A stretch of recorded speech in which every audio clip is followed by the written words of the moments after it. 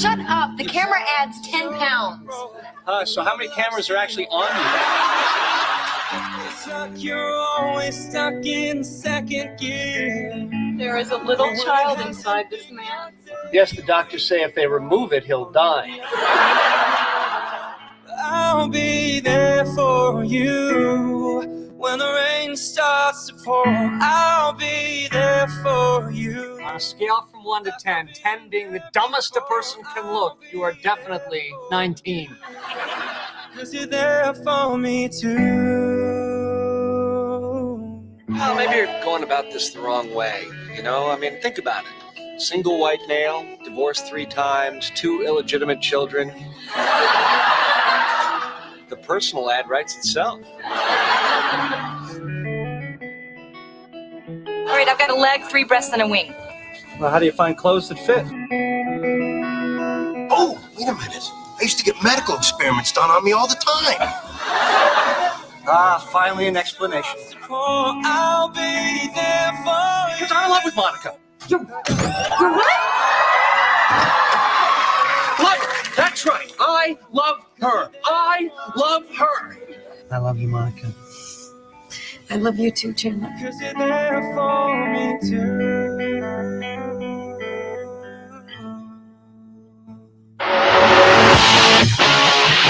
It is the Evening Edge, Monday through Friday, 5 to 7.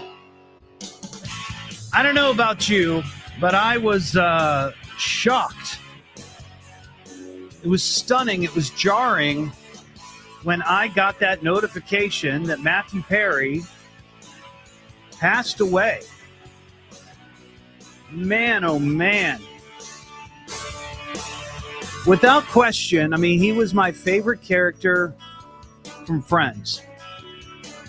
And I, like many others, you watch that show for a few weeks, maybe a season, and you start picking up that sort of sarcastic cadence of Chandler Bing. Am I wrong? You know, that kind of just that, that was just, that was a punch to the gut. Man, oh man. I mean, you know, other TV celebrities and movie celebrities have passed, obviously, that we've been sort of shocked to hear about. But this was just really unexpected, given the fact that he seemingly was on the road to recovery. I mean, every day is a challenge. Every day is a battle. But he seemed to be doing okay. Had his book come out last year where he sort of chronicled his life, his addictions, his setbacks, regrets. But man, oh man, I was just really, really surprised. And that show, as far as an ensemble cast, I mean, there have been great ones, right? There's been some really great ensemble cast TV sitcoms. MASH immediately comes to mind. You know, a lot of moving pieces in that show. Friends, obviously. Seinfeld is kind of in that, arena. I was trying to think of more of them, but it was just something about those characters, and it just really appealed to younger folks. And I was maybe a little bit older than the average Friends fan. Like, my wife loved Friends, still loves Friends. I watched it. I think I kind of came late to it. I was more in the Seinfeld sort of realm. That was kind of my deal. But, I went on to watch it, and that was a show that really kind of sucked you in. And it just sad, just really sad. He passed away at the age of 54. I'm sure you've heard all of this by now. And he was found in a jacuzzi, and no drugs were found at the scene. Today, they released his toxicology report, but they're saying that it needs more investigation. So I don't know what that means. Don't want to speculate any. but there were no drugs at the scene.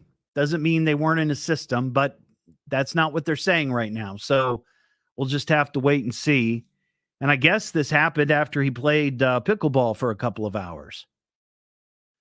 So, he came home and was chilling, and they found him. So it's just really sad. The other celebrity passing over the weekend, I don't know if you saw this one, but this was another a great ensemble show. Night Court. Remember Night Court? Oh, yeah. That was a great one with Harry Anderson, John Larroquette, Richard Mole, who played the bailiff. He was the big, tall bailiff who was bald, went by Bull.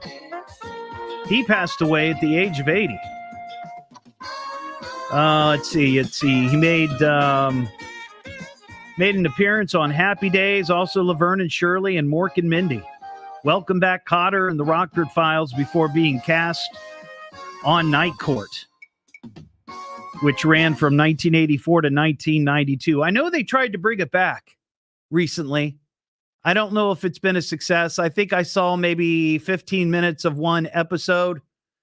And Ron Otto's got a comment on something here. Ron, what's going on, buddy? Yeah, I love the original Night Court. Just a real quick note on that. I started watching the new Night Court when it came out last fall. I got through maybe 10 episodes, and it just wasn't the same.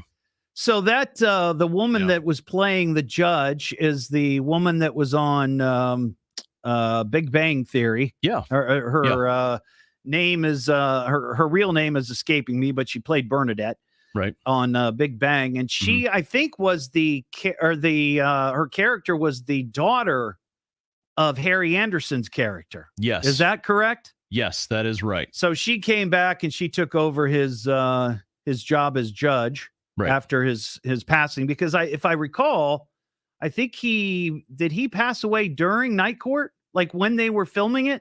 No, it was a few years after. It was a few after. Okay. Yeah, all right. Long. I could not long. But I seem to recall that during the show there was a storyline where he was sick. Am I making that up? I feel like there was something. I'm not familiar with that. Show. Maybe last season or something. Maybe there might have been something in there too. You might be right about that. I just don't remember. But was Richard Mole in, or did he make any appearances in the new one? No. John Larroquette was.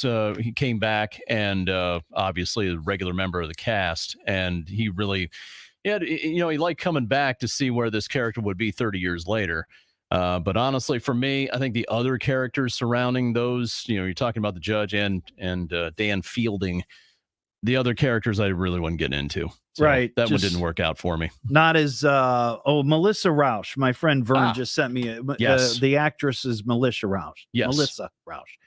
All right. Yep. Yeah. Well, it's, sad weekend. I mean, I honestly hadn't thought of Richard Mole in a long time, but as soon as I saw that, it was like, oh no, I remember him, and he was a great character on that show. Then of course, Matthew Perry. So hopefully we'll learn more about the story with Matthew Perry. 937-457-1290. If you have any thoughts on that. On a more positive subject, this is exciting. I'm very excited about this. The month of November, starting today. I know today's the 30th of October. Tomorrow's the 31st. That's how numbers work. But the entire month of November, the Evening Edge is giving away a couples massage. And it's from Larive. I think I'm pronouncing that right. Larive Massage and Facial Spa in Beaver Creek, my hometown. You can go to WHIO.com. You can also find the link on my Facebook page where you can register to win this couples massage. Plus, every week, one lucky edgehead is going to win a lovely basket from Larive Massage and Facial Spa, valued at $75.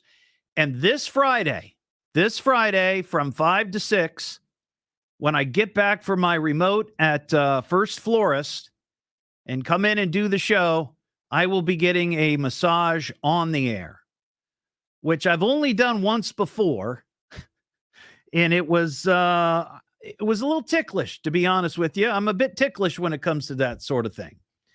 So we'll see how it goes, but I'm encouraging you, go to the website, go to WHIO.com, click on radio contests, or you can find it more easily on my Facebook page and register to win that.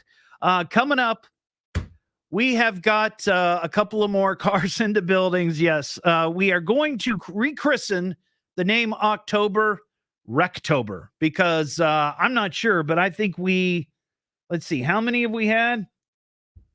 17 in the month of October. What am I listening to now? What is this? The Evening Edge with Todd Hollst. It's a radio show. It's entertainment. Coming up, Double D.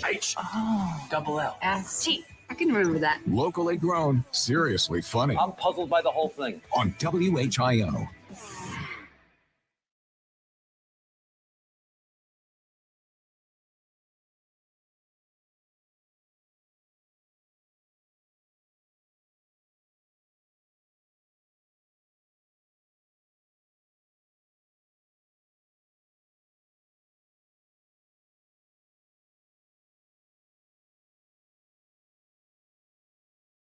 All righty, everybody. How y'all doing? Hey, Heather. Hey, Leslie.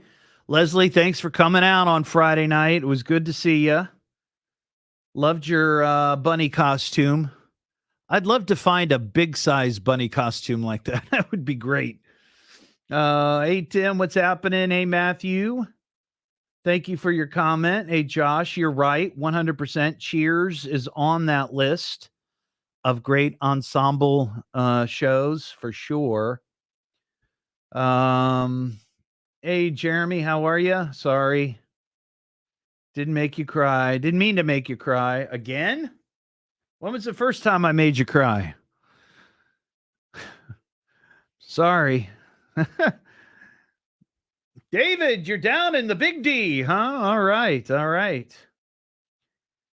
Hey, Lana. Hey, Clinton. How are you? Clinton, I'm going to mention the Pickwick Comic Con event next hour. Sharon, we are ready to go. Our Beggars Night is from 6 to 8, but of course, I'm going to be doing the show. I might get home maybe for the last half hour of oh, I'm sorry, Jeremy. Okay, yes. When I get home tomorrow night, I might be able to do some candy distribution.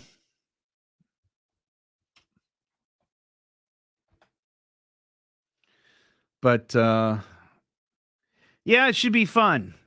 This year, since we are my wife had bariatric surgery, and I've been really trying to cut back on sweets. We're not giving out candy. We're giving out fruit snacks. Now, there is some sugar in it, but not like 10 pounds of candy. But we're going to be giving that away. So we'll see what happens with the number of people coming out, number of kids. I mean, I think last year we had maybe 50 or 60. But with the weather being what it's going to be, I'm not sure. Yeah, Zach, I love fruit snacks too. I think she got grape. I think she got the grape ones.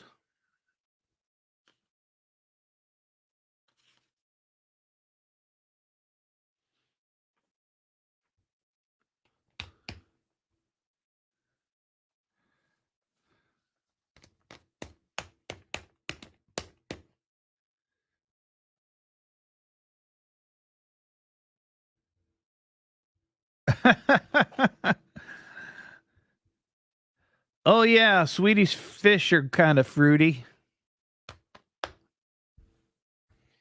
We were giving those away on Saturday when I was out at the Normandy Square Shopping Center, which was awesome.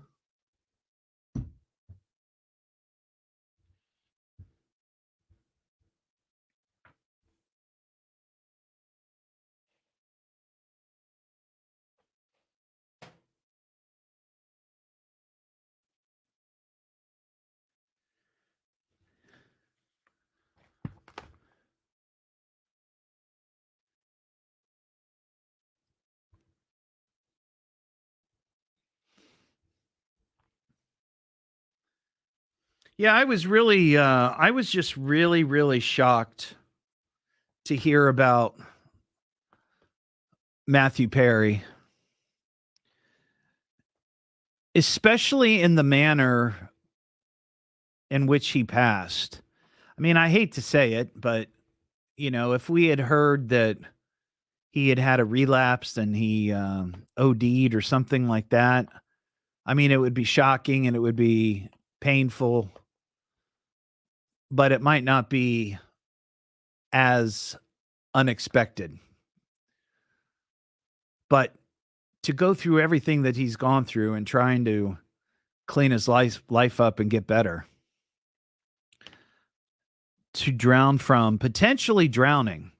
I mean, I guess it's possible that he had a heart attack, and I think that's might be what they're going to end up saying, is that he had a heart attack, and because he was in the jacuzzi, he wasn't able to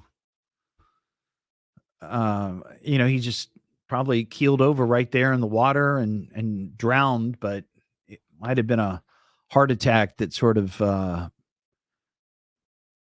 was the prelude, but I don't know.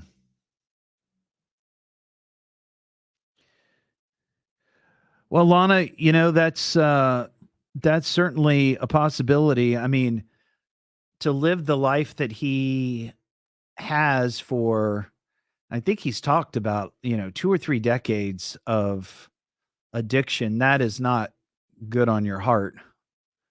So I'm sure that weakened it quite a bit. So who knows? Just really sad.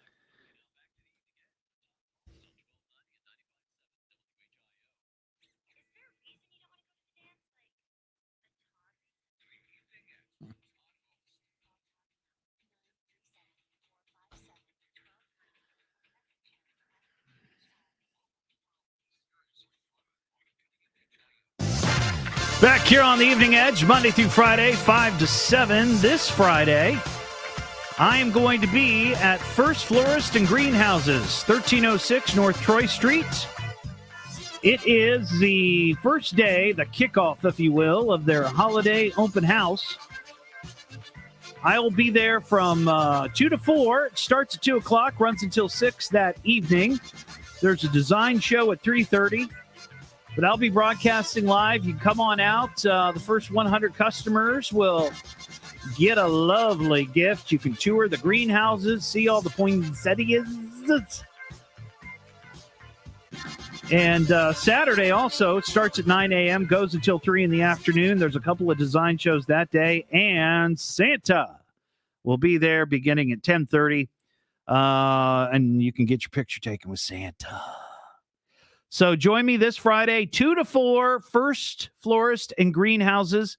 They've been there since 1905. I mean, we're looking at the 100-year anniversary here in a couple of years. That's pretty impressive for any small business for sure. But I went on a tour of that place a couple of weeks ago. They're a small business, but they're not a small business. I mean, it's huge. It is huge. There's a lot to see. So make plans to come out. And I'll show you some of my floral design skills. We have a couple of cars crashing into buildings.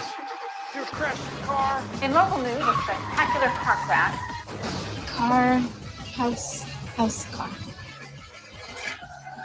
Well, we had 2 to my count, but I could have missed something.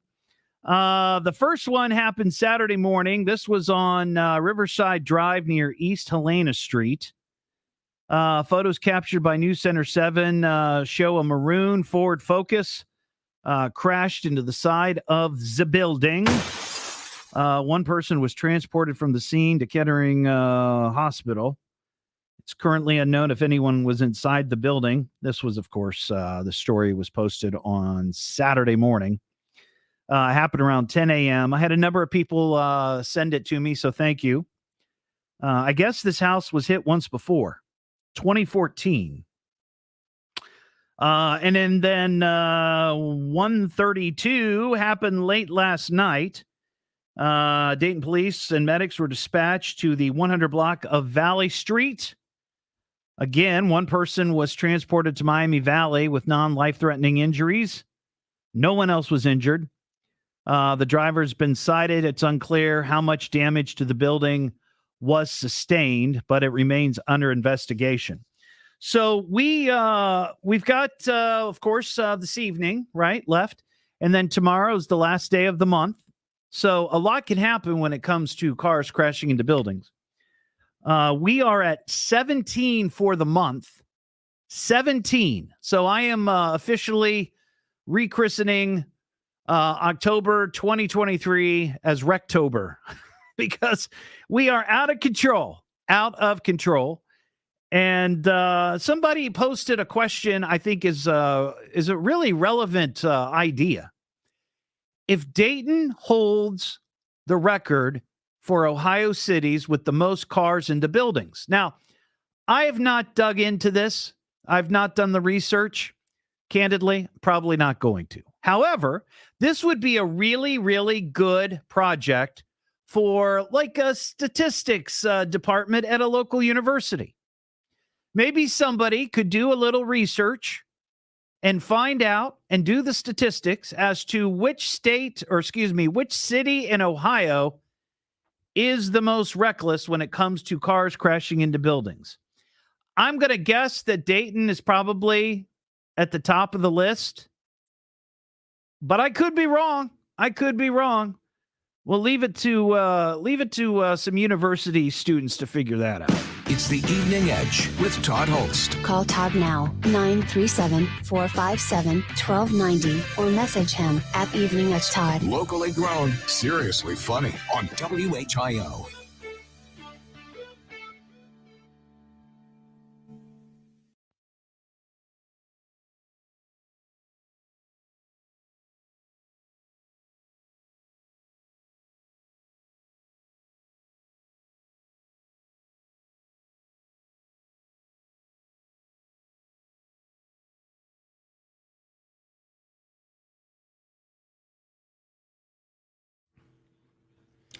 Well, I'll tell you, Ashley, I think it really depends on the celebrity, but some shows, in particular TV shows, and maybe followed by singers,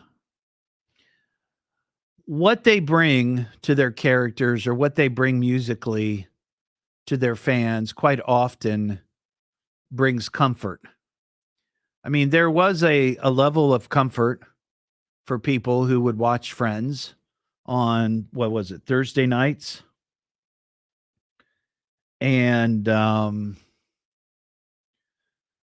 when your life is, maybe a bit chaotic and things aren't going the way you want, you can curl up in front of the TV and watch these shows and sort of forget about your troubles, and it brings you comfort.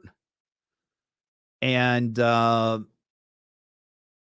when somebody from one of those shows dies, it may not necessarily be that you're mourning the death of that person, because chances are you don't know that person, but you're probably remembering the feeling that they brought to you or gave you when they were doing whatever it was that they were doing, whether they were acting on a show or whether they were performing music or whatever it might be.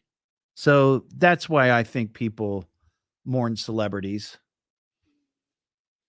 And, lots of times celebrities are, in fact, artists, like artists. So if you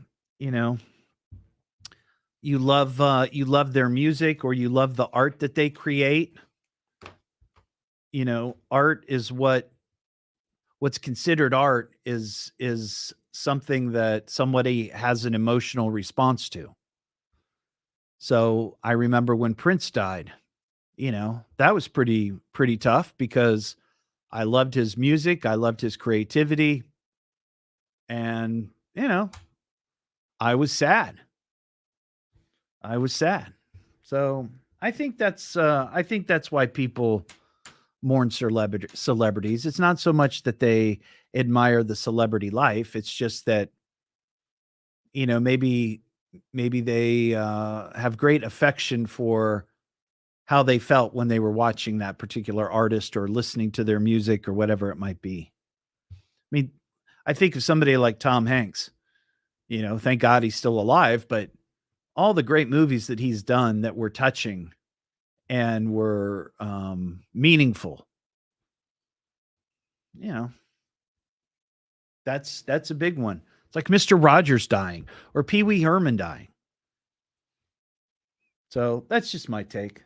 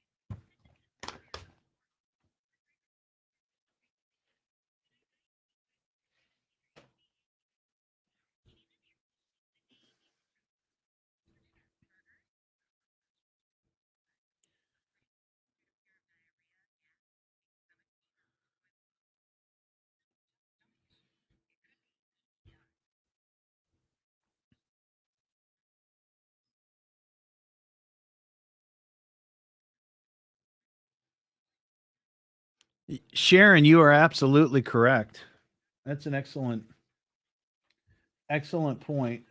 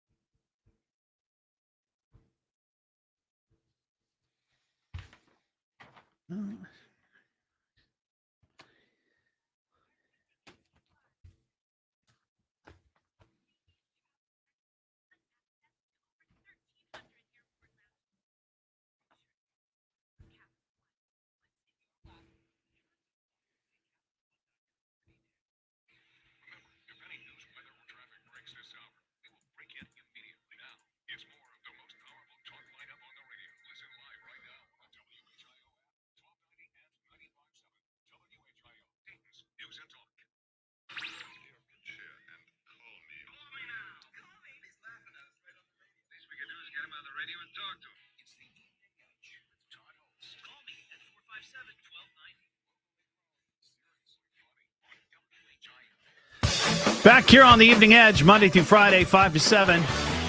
Started the show tonight talking about the passing of Matthew Perry, how shocking it was to hear the news. And it just kind of got us talking about great ensemble shows like Friends. MASH was mentioned. Seinfeld. Also, Josh on our live stream mentioned Cheers. Sharon mentioned Three's Company. And yeah, reminded me, of course, that Suzanne Summers just passed away as well. She'd been battling cancer for a long time. But this whole Matthew Perry thing was just kind of shocking and stunning. Kind of also reminded me of, remember the actor Luke Perry? He passed away. He was in 90210, and that was totally, I believe, unexpected. I think it was some sort of cardiac event. So, yeah, just when something like that, you're not expecting it. You don't hear, that they're in poor health. I mean, granted, Matthew Perry has had addiction problems, and he's spoken about it openly.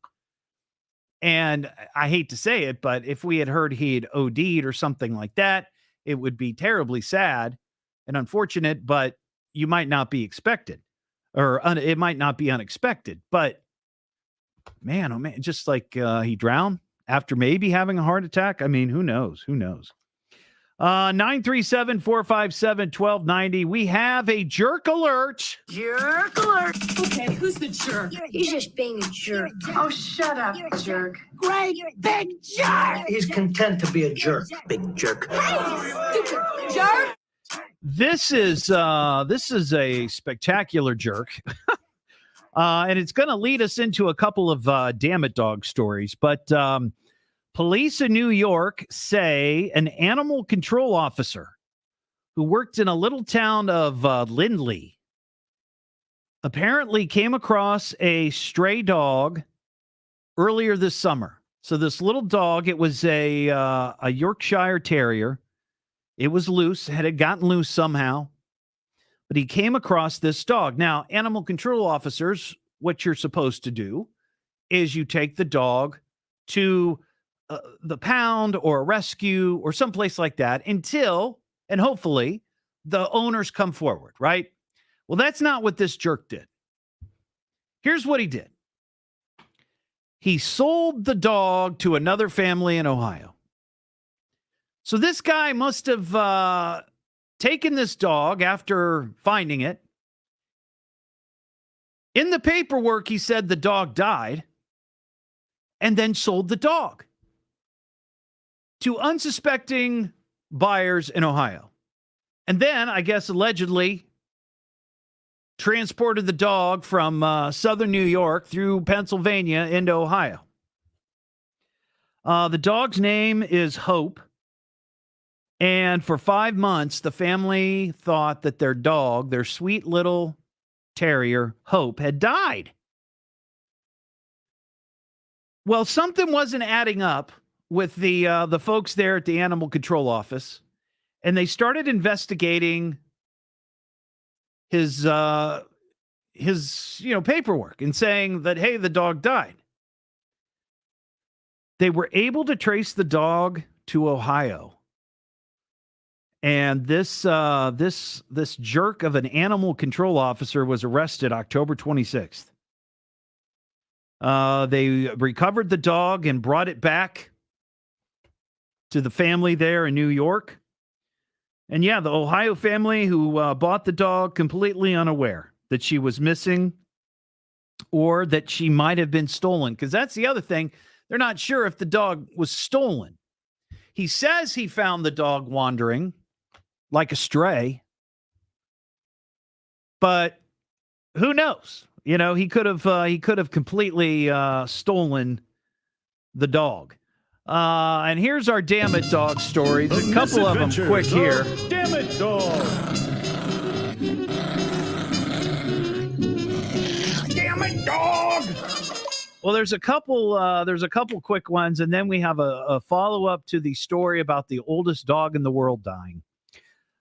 This happened in Derbyshire, United Kingdom, the UK. A 11-year-old Labrador retriever named Molly, who's blind, wandered away from her family home. and was lost.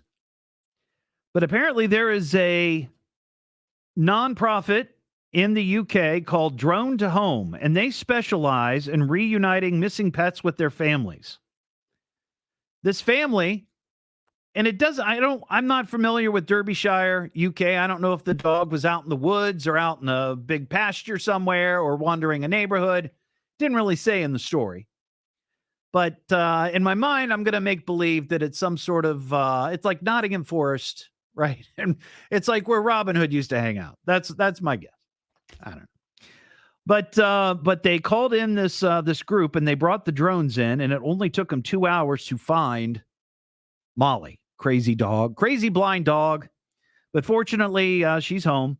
But here's the thing that's interesting. They started this drone to home business, or charity, if you will, back in 2019. And according to the company, or the nonprofit, they have found and returned to their parents 2,487 dogs, 9 cows, 3 ponies, an emu, and a pet skunk. All from a drone. Now, my idea, if you are a local person looking for an opportunity, get yourself a drone and open up a business hunting for lost pets and use the drone. This is an idea. This is a great idea. So that's pretty cool. The other damn it dog is a story about the Minnesota governor, Tim Walz. Apparently, he has a dog that has a tendency to lock himself into in rooms. His name is Scout, and he posted on his X account. And by the way, X, formerly Twitter. Is anybody else tired of hearing or reading about these stories when somebody posts something on X? They all say, formerly Twitter, formerly. We know, and we don't care. But anyway, this dog apparently went into a bedroom. The dog has taught himself to open doors, which it sounds clever, but I don't think that's a good idea if your dog can open a door. But the dog went into the bedroom and somehow hit the latch, locking himself inside, and there's no key to get into the bedroom door. So they had to call out some city workers or state workers, I guess. He is the governor. And they brought a ladder, found one of the windows was open, and unlocked it and crawled in and let the dog out. So here's our last dog story. Remember last week we were talking about the death of Bobby? I think it's Bobby. Could be Bobby. It's Bobi. But it's a Portuguese Mastiff that lives in Portugal. And he died at the age of 31. According to Guinness, this was the oldest dog in the world. Bobby was 31 and the oldest dog in the world. We also discussed the fact that there's a dog that lives up, I think, in Shelby County, maybe. For a brief time, it had its day in the sun. It's 15 minutes of fame when there was some thought that maybe that was the oldest dog in the world. But then this dog was brought to the forefront, and they say, oh, no, it's not the dog in Ohio that's the oldest dog. It's this dog in Portugal. So for the last, year or so, this dog's been living the high life as the world's oldest dog. Well, now there's some skepticism about the story. Vets have wondered whether it's biologically possible for a dog to live for the equivalent of 200 human years. And Guinness has said that they are now investigating whether the claim that the Portuguese Mastiff actually lived for 31 years, 165 days. Because the reality of this is, and this is also the case with the story up in Shelby, they don't know the exact date. Now, when we talked about this before, I had somebody from a vet clinic call and say, yes, vets can generally tell how old a dog is by looking at the amount of plaque on their teeth. But that's still a guess. It's still a guess. You can't point it down to the day, the week, the month, the year. It's still a guess. And I kind of feel like if Guinness is going to say this is the world's oldest dog, then it needs to be factual. So they're investigating, and we'll see what the story is. But yeah, it's some sort of oldest dog scam. Ron Otto, you got a comment on this? Yeah, I think the dog you were talking about locally was in Preble County. Preble County. The little Chihuahua. Yeah, they're saying was like 23 or something. Yeah. But there was also some weird story about the backstory was that the couple or the family who has this dog, found the dog in a parking lot at a grocery store. Yeah, they rescued the dog, so they don't really know when the dog was born. So that's what it's like, how can you then say, that you have the oldest dog? It's like if you have paperwork from a vet or someplace that says this dog was born on this day in this year, whatever, then okay, let me see the birth certificate. Yeah. But you can't just sort of speculate, say, well, we think he's 5 or 10 years old, Yeah. Yeah, you never know. Doesn't seem legit to me. And I'm calling kind of, what on those turtle stories that you see. The turtle in Japan is 150 years old or something like that. I'm like, come on, man. Well, I think there might be some way to tell. I think I've heard that, like on turtle shells, you know how they can tell how old a tree is by the number of rings? Right, yeah. I think there's something like that on a turtle, on their shell, that you might be able to tell. But I've heard that. I don't know if that's true. Oh, it was probably the autograph of Ulysses Grant on its back, probably. It could be. Did that. Yeah. That's a legitimate autograph, so he had to be around then, right? Yeah. Excellent. That's a good thought. It's the Evening Edge with Todd Hollst. Call Todd now, 937-457-1290, or message him at Evening Edge Todd. Locally grown, seriously funny on WHIO.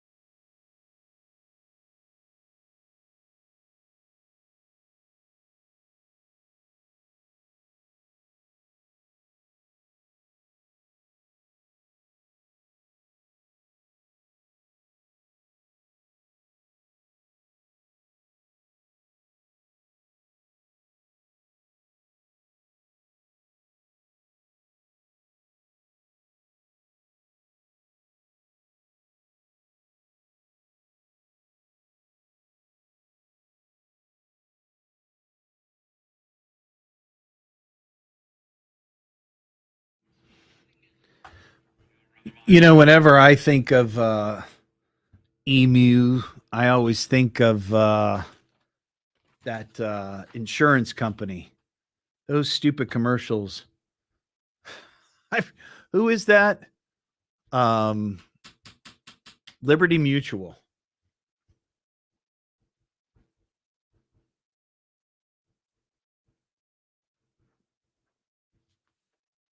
Liberty Mutual.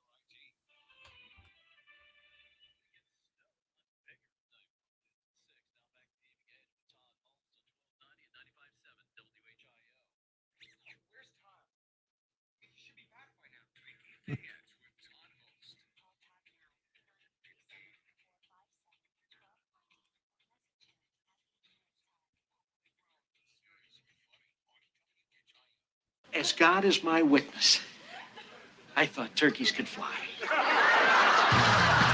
Back here on the Evening Edge, Monday through Friday, 5 to 7. Of course, the famous episode of WKRP in Cincinnati. Another ensemble show that was just amazing.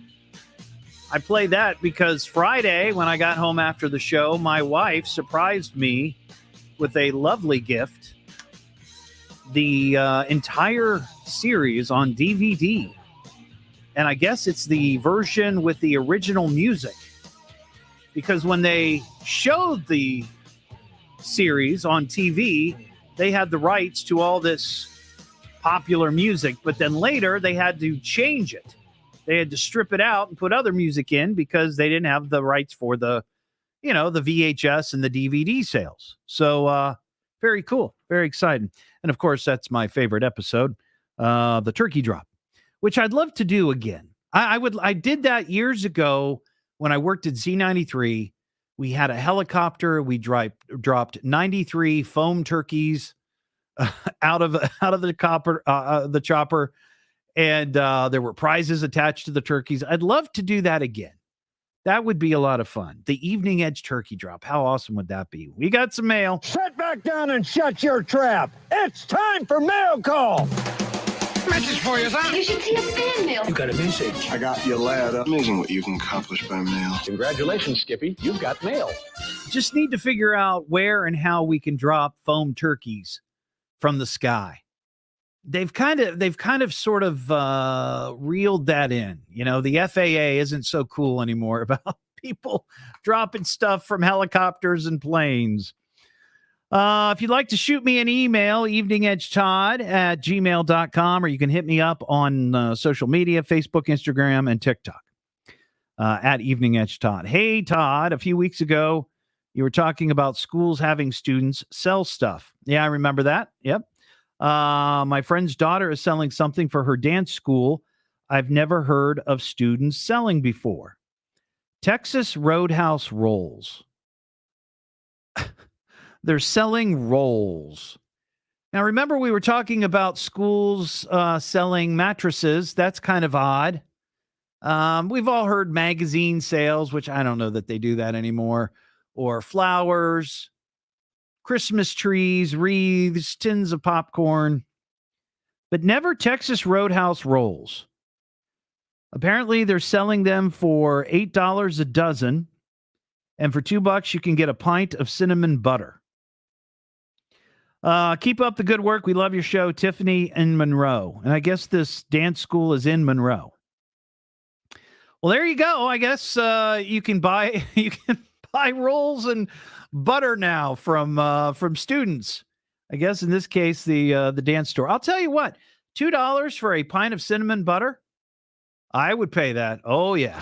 What am I listening to now? What is this? The Evening Edge with Todd Hollst. It's a radio show. It's entertainment. Fill it up. Double D. H. Double L. S. T. I can remember that. Locally grown, seriously funny. I'm puzzled by the whole thing. On WHIO.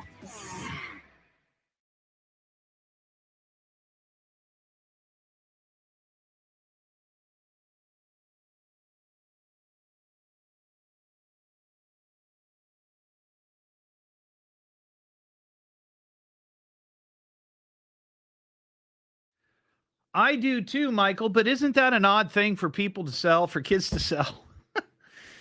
We're selling rolls and butter.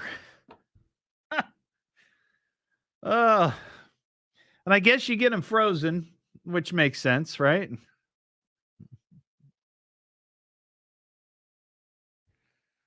Butter.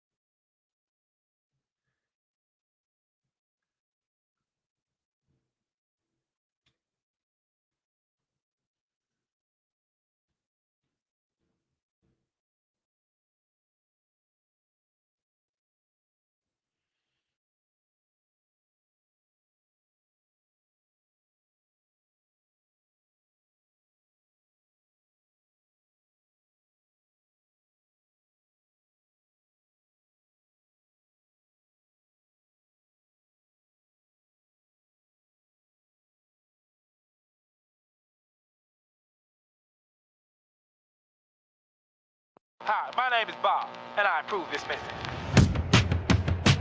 I got the magic in me. Every time I touch that track, it turns into gold. Everybody knows I got the magic in me. When I hit the floor, the girls come snapping at me. Now everybody wants a blast of magic, magic, magic, magic, magic, magic, magic, magic, magic, oh.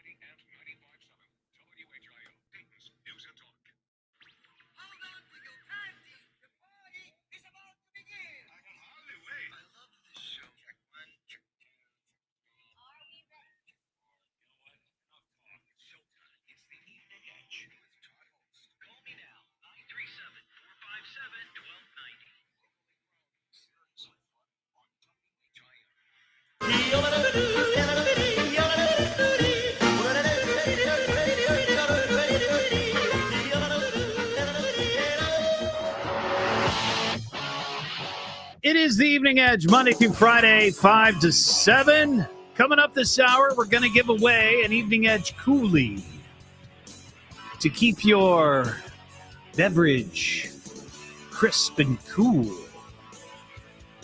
So that's coming up later. We also have some magic news.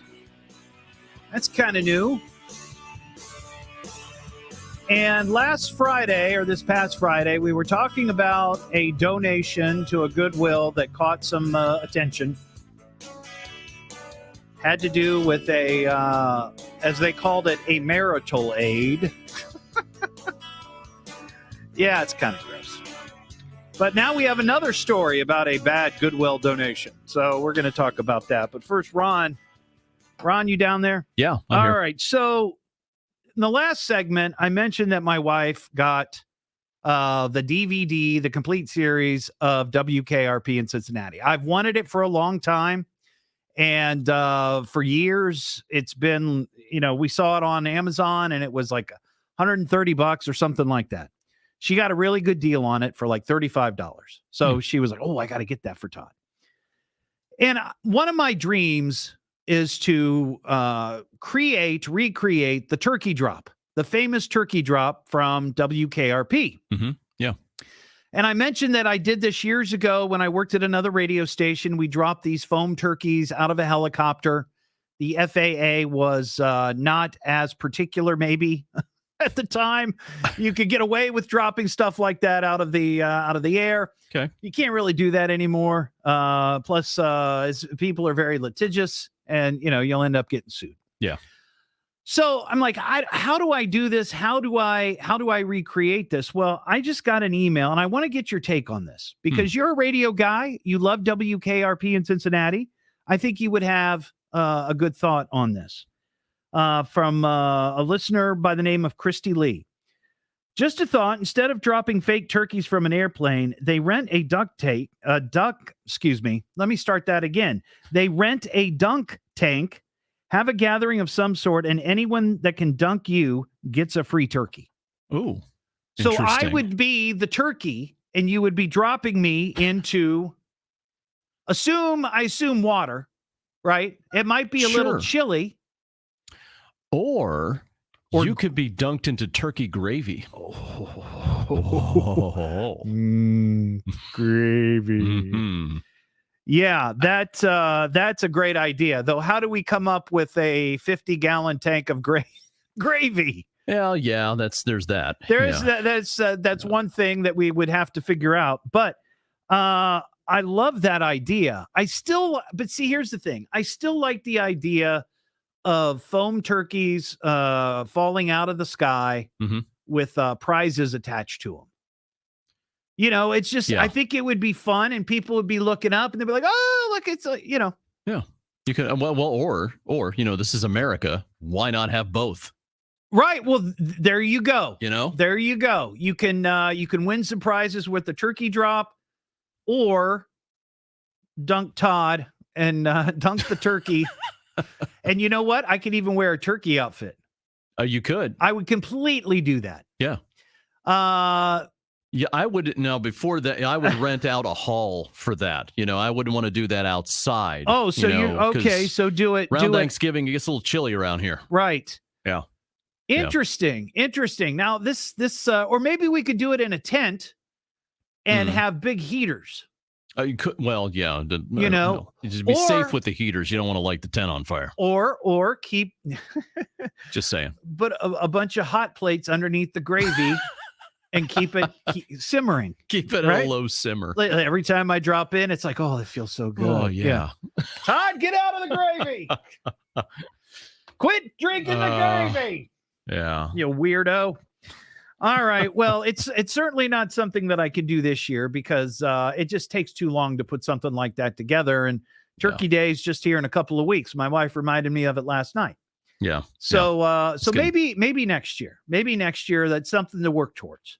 And we'll think of, we'll find a place to do it and think of some other things we can do with turkeys. Or if there's some business out there that's listening and they hear this and they go, oh my God, that is a great idea.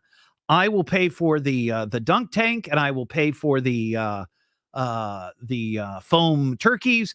We've got to figure out some way we could drop them from something, or maybe a turkey catapult. Oh, maybe we could do that. Maybe we could launch, I don't know, like a big box of foam turkeys high up into the air, or a drone, maybe a strong drone. I don't know. There's got to be a way to do it. You know, there are some Renaissance Festival people that listen to your show that know how to do that catapult thing. Oh, well, they do the pumpkin chucking over at the base. They launch pumpkins. They could do that with turkeys. That's right. Yeah. Yeah.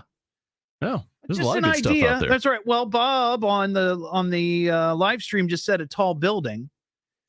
I guess that's possible. Yeah. Well, yeah. But I don't know. I don't know what the rules. See, here's the problem: is that people are they're too litigious anymore. Yeah. And I don't want somebody getting hurt and coming after me. I don't care if they come after the company. Just don't come after me. Yes. Don't get me involved, please. Go sue CMG all you want. And just don't come after me, But you can afford a lawyer. I mean, hey, that's you start talking to them like that. Right. Start throwing numbers out that's there. Right. That's you know what I mean? All right. Well, maybe somebody will contact me and say, hey, we got an idea for this. Or a crane. Maybe we can lift it up with a crane, like a big, like a net full of turkeys. Oh, I'm sure there's a company out there that has a crane that would love to be seen with their company name on it. There you go. And you just lift this crane up really, really high. Yeah. And then you drop it. Or you could have like with this bag that's hanging, or a net that's hanging off it, and just open the net up and foam turkeys come out. Let the turkeys fly free. Yes. So anyway, all right. Well, it's just an idea. Thank you, Ron. Yeah, thanks for that chat. We do have some magic news here, and this is a new one for us. Everybody wants a blast of magic, magic, magic, magic, magic, magic, magic, magic, magic. Oh, well, this is exciting. I don't know if you heard about this, but the moon is going to disappear. It's going to be magical. That's what David Copperfield is promising. Legendary illusionist David Copper. Remember, he's made the Statue of Liberty disappear. He made the Great Wall of China disappear. He made Pam Anderson's career disappear. He is amazing. He has said that now, after 30 years of working on this illusion, it's become a reality. He is going to make the moon disappear in February of next year. Now, of course, he's not given any details because he's a magician and he doesn't reveal his secrets. But here's something that's interesting. He said that over the last few months, he's been working on this. People have reported seeing strange things in the sky at night all around the country. Now, that happens quite frequently, right? We have people who see strange things in the sky and they report it. But I wonder if somehow he is responsible. And I'd like to know exactly how he's going to do this.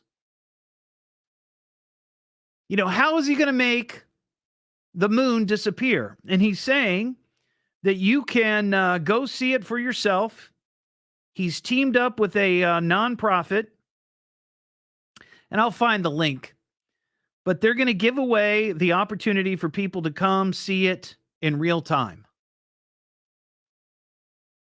But he says he's going to make the moon vanish live and in person.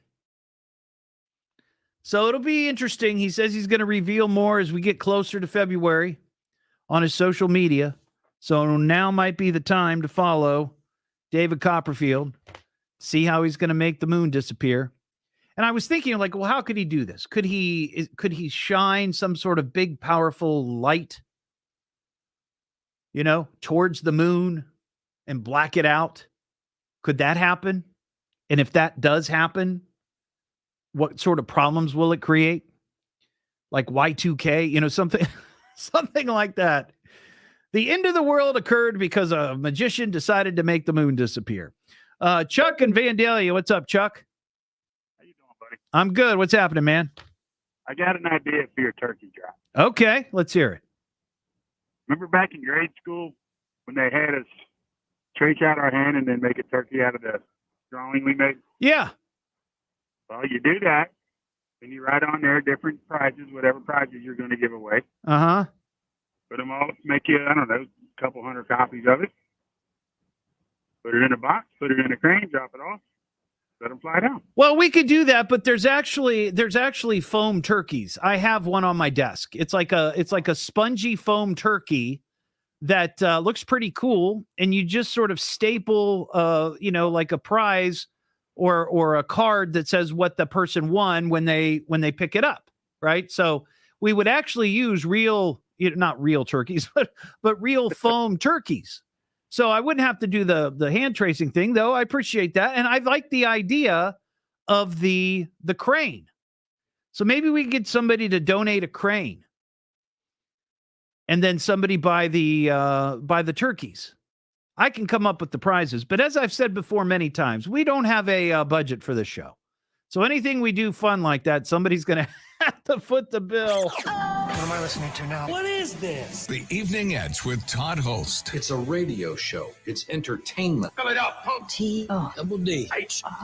Double L. S-T. I can remember that. Locally grown, seriously funny. I'm puzzled by the whole thing. On WHIO.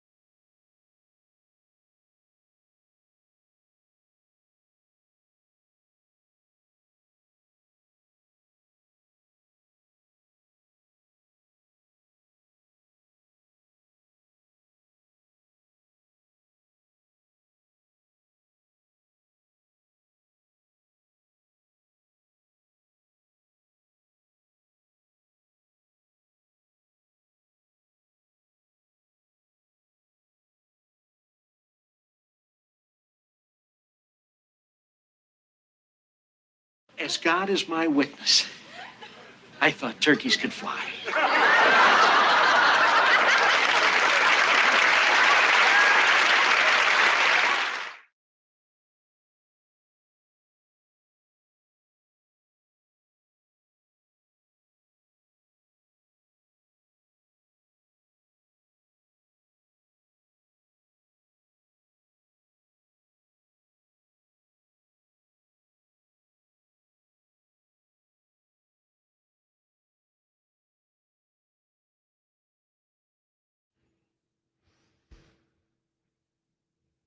There's some good ideas there.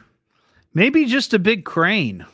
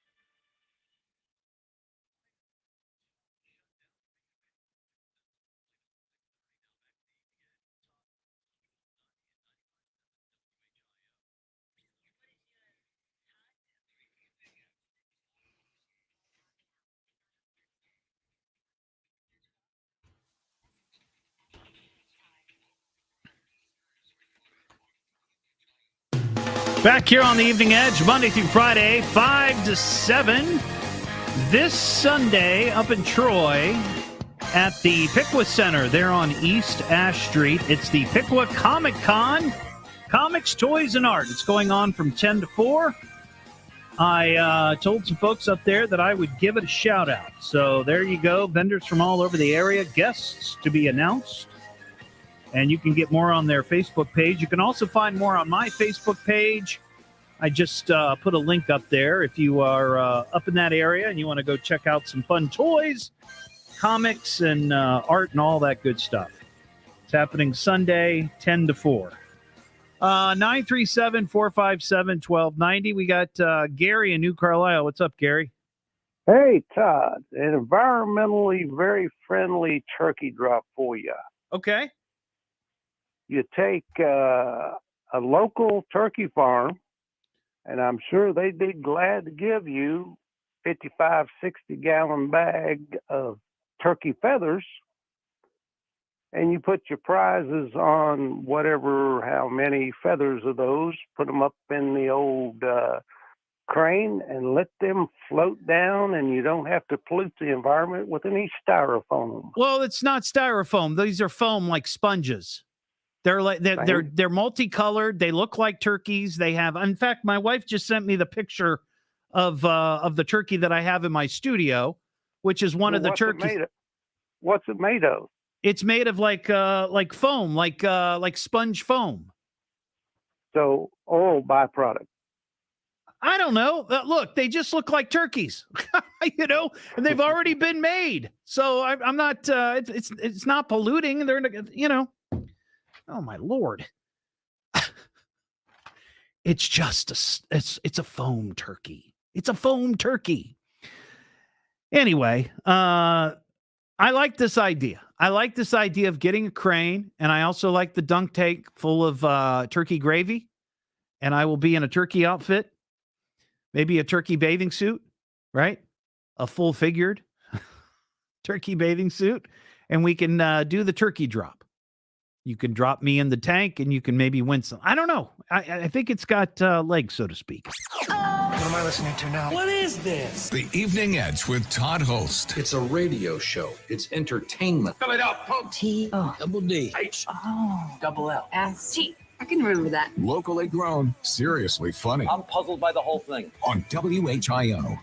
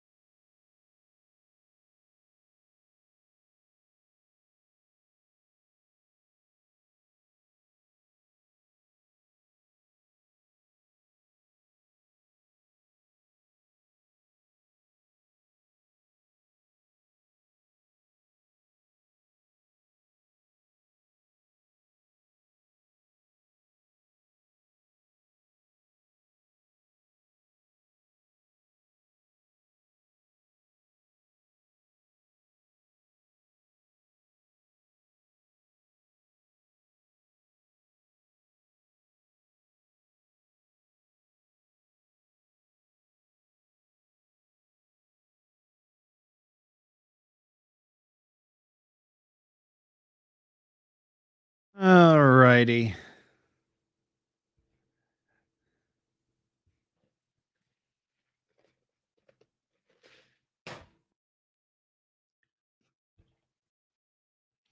Ah, see, I like that. Foam paratroopers.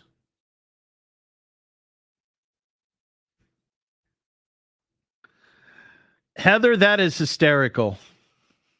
I'm eating random leftovers out of my fridge since trash runs tomorrow. Are you essentially saying that you're eating trash for dinner? Or what could end up being trash? Is that it? I don't know. Oh, wow.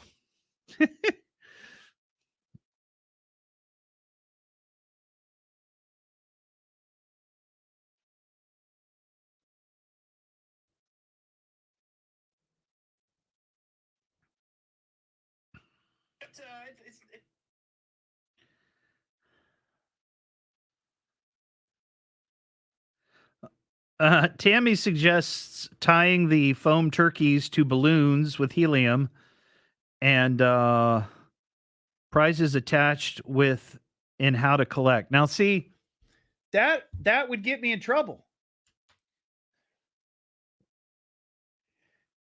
You can't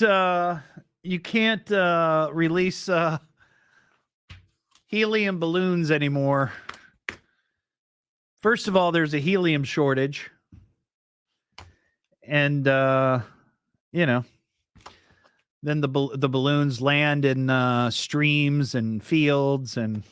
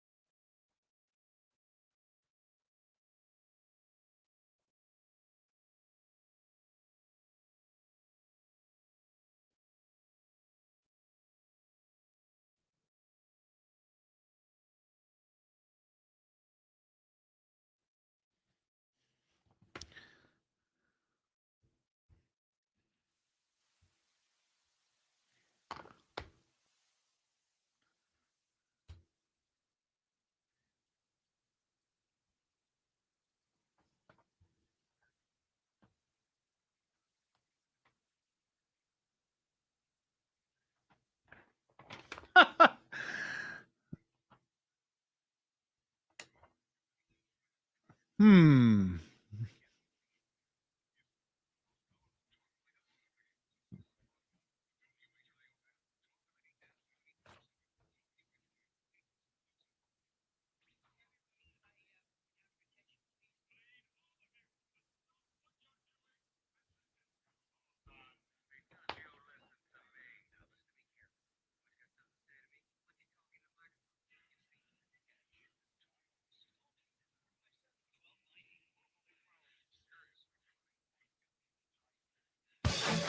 Back here on the Evening Edge, Monday through Friday, 5 to 7. We've gone off on a tangent talking about the idea of an evening edge turkey drop. Foam turkeys falling from a crane or a plane, or hot air balloon, or drone.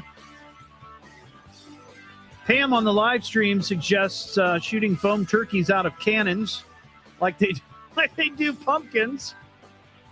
That might be fun. Though I don't know that there'll be much left of the foam turkey afterwards, but it'll be a spectacle to watch. Tammy, listening in Union City, Indiana, suggests tying them to helium balloons and letting them go. You can't do that anymore. I mean, I remember doing it years ago with a inflatable Santa, and we attached like 90 red balloons to it. It would have been better if it had been 99, but I wasn't thinking about that then. But we launched them, and it landed somewhere in southern Indiana. It was a Santa on riding a reindeer and all these balloons, and it landed in southern Indiana. Now you'll get in trouble for that. Can't do that. So we just some ideas, but I do like the idea of a crane. Renee and Troy, what's up, Renee? Hey, I was thinking, and I know I'm late to this party. It's okay. You're always welcome to our party.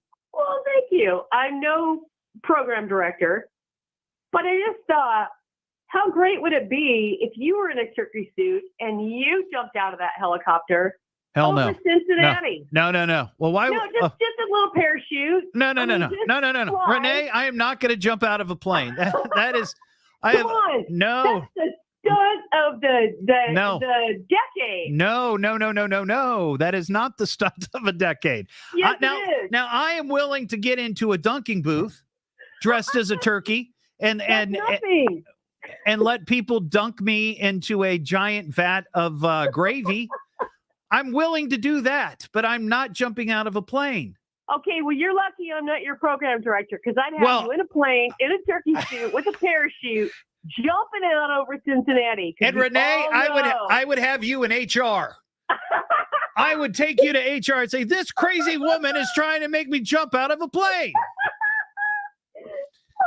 There's no way I'm going to do that. No way. But I'm telling you, this is a great idea. The little foam turkeys in a giant crane, or like a big net, and you've got. Wah.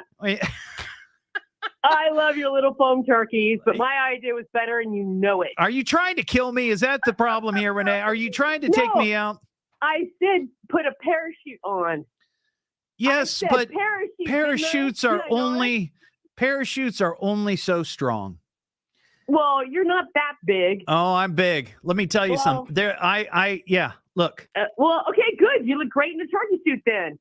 Falling flat to the smack down on the planet. Is that what you're saying? Well, isn't that what those turkeys did anyway? Oh, man. Okay. Love your show, Todd. Bye. Oh, thank you, Renee. I appreciate it. I think she's trying to kill me. Luke in New Carlisle. What's up, Luke? Hey, Todd. Hey, man. What's going on? I have a crane. You have a sign. Yeah, I have a sign company, and we have a 50-foot crane with a 2-man basket on top. We could put you up there, and you could shower the people below with foam turkeys and Cheez-Its. Cheez-It. We might put someone's eye out, but okay. Now wait a second. This could work. This could 100% work. You hoist me up. I've got the big net, with all the turkeys, and we drop it, right? Okay, so you would be willing to donate the use of your crane. Is that what I'm getting? Yeah, absolutely. Okay. So now I need to find some people who will buy the foam turkeys, because again, like I have no budget, and these turkeys are like $1 or $2 each.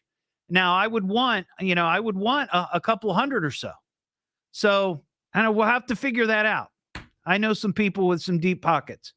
I know some people. None of my relatives, but maybe we can make it happen. And I know I could come up with some prizes.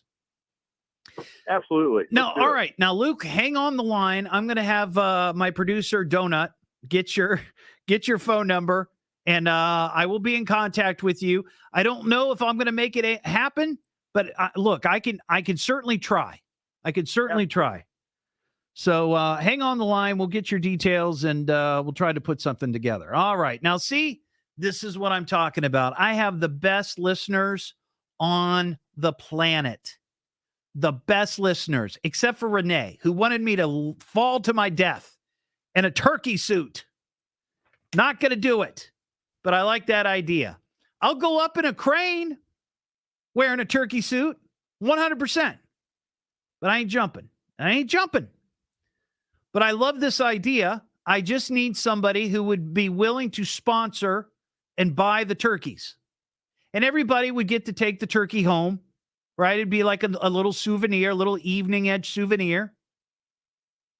Maybe we could even pay to have the logo put on it or something. And I could get some prizes. I think people coming out would just like to be a part of that and get the little turkey as a souvenir. But I think we could do this. We could give away some. Oh man. This is great. We could do this. We could get the dunking booth. I mean, this could be Turkey Palooza. A full, fun, festive day of turkey shenanigans. I love it. We could do turkey bowling. Now, there's an idea. A radio station in town used to do that. I don't think they do that anymore. You do it at a bowling alley. You have frozen turkeys, and people throw the turkeys down the lane to try to get a strike. This could be all-encompassing. We could do it at a bowling alley. We could have the crane. We could have the turkey bowling. We could have the dunking booth. If somebody wants to bring a cannon and we can shoot turkeys into the atmosphere, that would be great. Right? Just a thought. But I love this creative process. I love how this all comes together. Again, I just love the Edgeheads. They're just the best. They're the best. They get it. They love it. Tim in Huber Heights. What's up, Tim? What's up, Todd? How are you? Good. I'm going to cover your first 100 turkeys. You're going to cover my first 100 turkeys? Yep. Me and the Villa Tavern. Oh, now wait a second. This is Tim from the Villa Tavern that invented the Cheez-It pizza. Remember that? Was it last year or earlier this year? Yep. How many Cheez-It pizzas are we up to now? How many have we sold since you kicked that off? 266. Oh my gosh, 266. Yeah. That is amazing. We'll have to come up with something for 300. That would be kind of cool. So you're willing to buy 100 of these foam turkeys. Yep. Oh man. Matter of fact, let's go ahead and say 150 of them. Well, no, don't go nuts. But I appreciate that. I appreciate it. Now, see, because here's the thing. I don't need thousands. I would like a couple hundred. So if you're going to do 100 or 150, and I could get somebody else to buy 100 or so, and I'll have to see. I'll just have to make sure how much they are first, because it's been a couple of years. I explored this a couple of years ago, and when I called a local helicopter company, and I said, "Hey, what are the chances of that?" And I go, "It was like, are you nuts?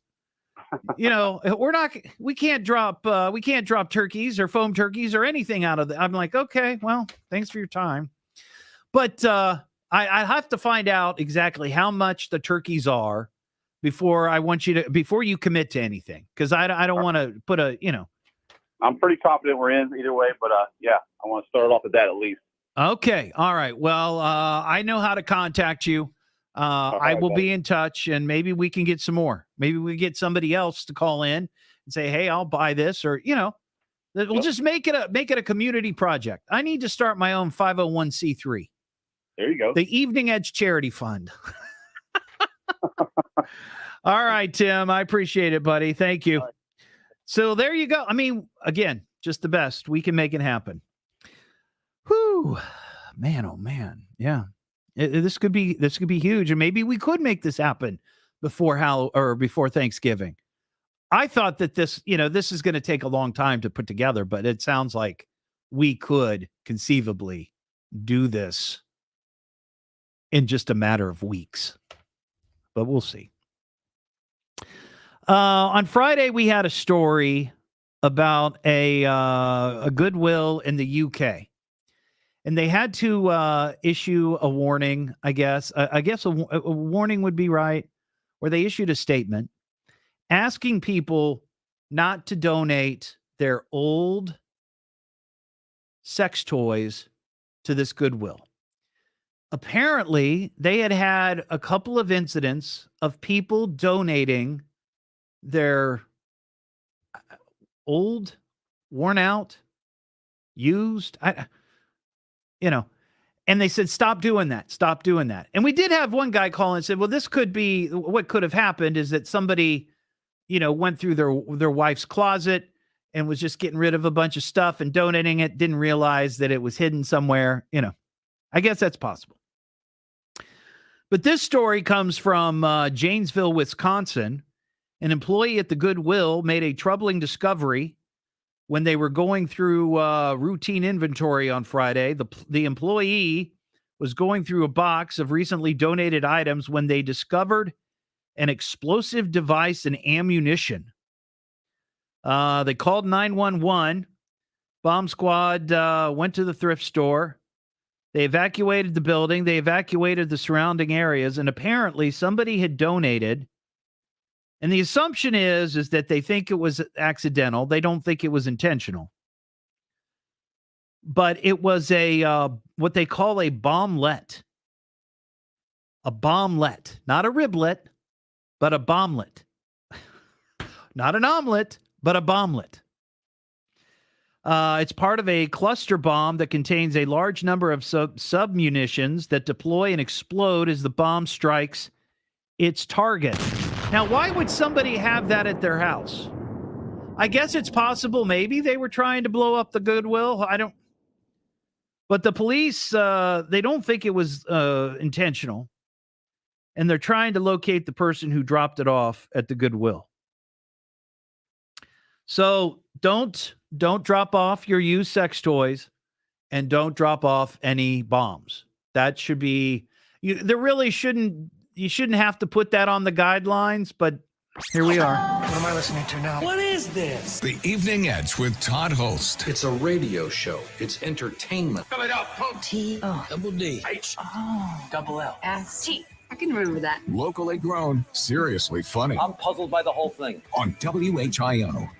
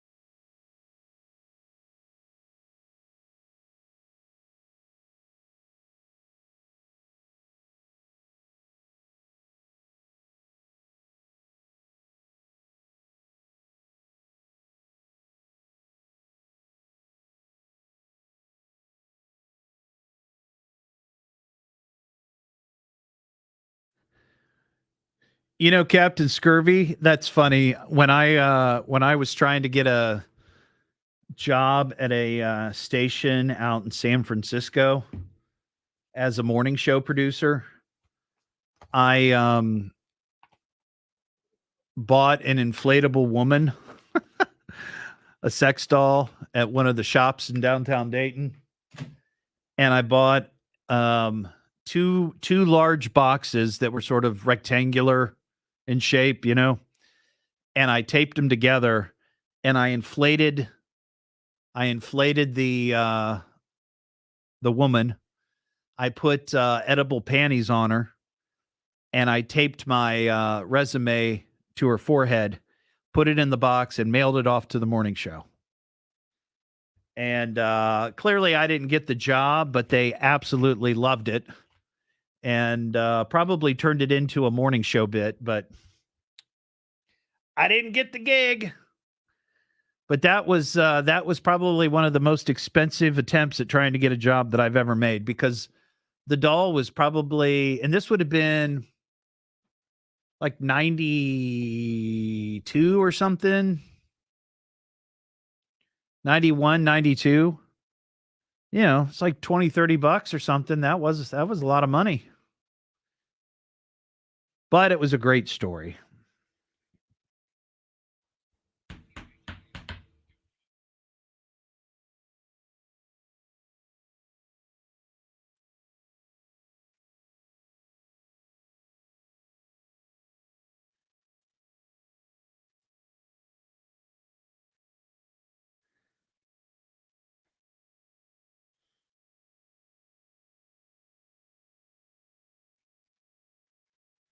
Yeah, rock radio was a lot of fun, just because, you know, back in the day you could get away with a lot. I don't think it's that way anymore, but a lot of fun.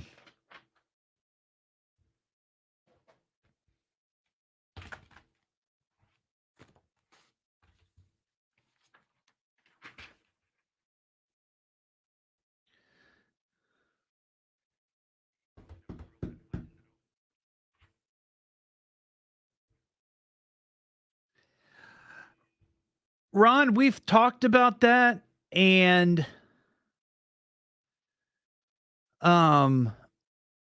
most of the drones that I would have access to, I don't know. The people that I've talked to said that they probably couldn't lift that much. I mean, I'm talking a couple of hundred of these foam turkeys, but I don't know. I'm not thinking that it's a drone like you buy at Best Buy. but I like the idea of a crane. That's not bad. In me in a turkey outfit, that'd be kind of fun.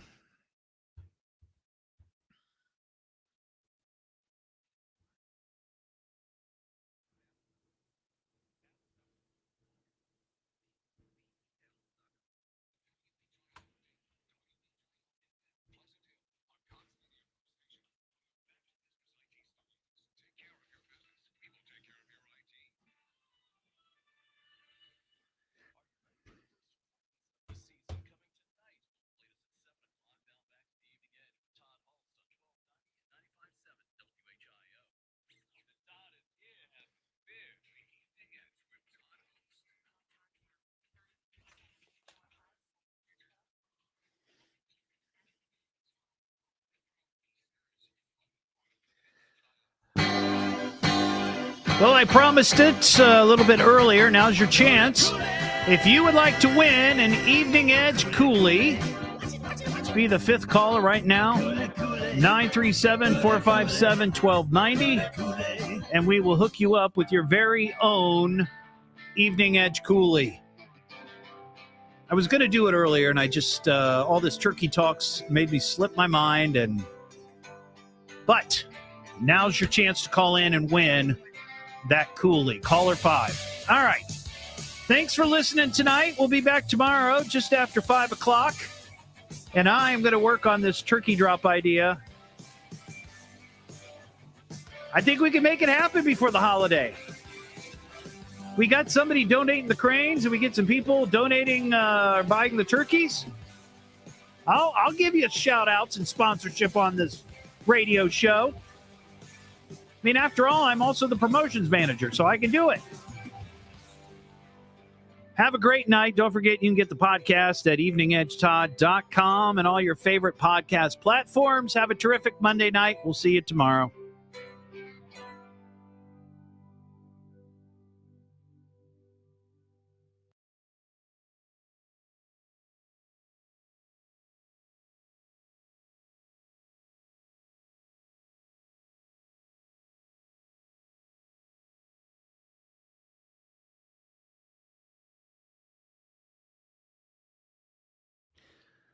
Thanks for watching, everybody. Thank you. Man, 30 people at the end of the show. That is awesome.